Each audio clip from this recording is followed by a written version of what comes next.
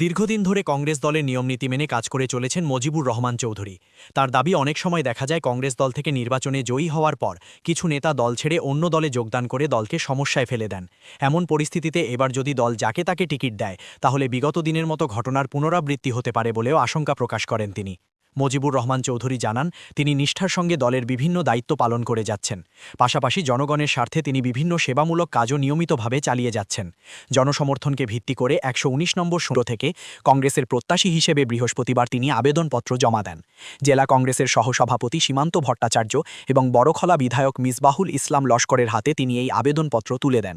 আসন্ন বিধানসভা নির্বাচনে দল তাকে টিকিট প্রদান করে জনসেবার সুযোগ করে দেবে, এই আশাবাদও ব্যক্ত করেন মজিবুর রহমান চৌধুরী। কয়েকটা ক্রাইটেরিয়া নিয়ে টিকিট প্রদানের ক্ষেত্রে কয়েকটা ক্রাইটেরিয়া, কয়েকটা নিয়ম নীতি ফলো করে।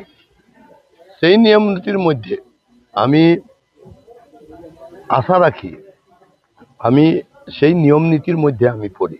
কারণ দল দেখবে স্বচ্ছ ভাবমূর্তির একজন মানুষ, যে লোক কংগ্রেসকে ধোঁকা দিবে না।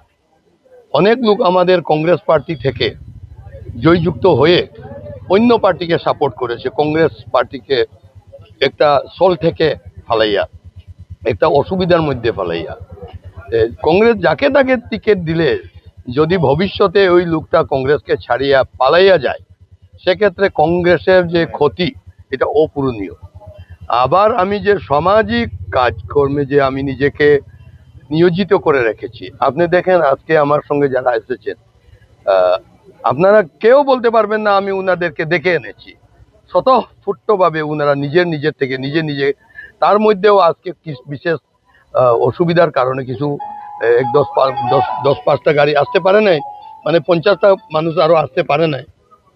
আমি এই যে জনসমর্থন, আপনার লার্জার যে 119 নম্বর সোনাই কনস্টিটুয়েন্সি থেকে আমি টিকিটের দাবিদার, এই যে লার্জার বৃহত্তর যে সোনাইয়ের জনগণ, আমি যেখানেও গেছি সবার একটা মায়া মমতা আমি পেয়েছি। সবাই আমার প্রতি একটা আস্থা প্রকাশ করেছেন।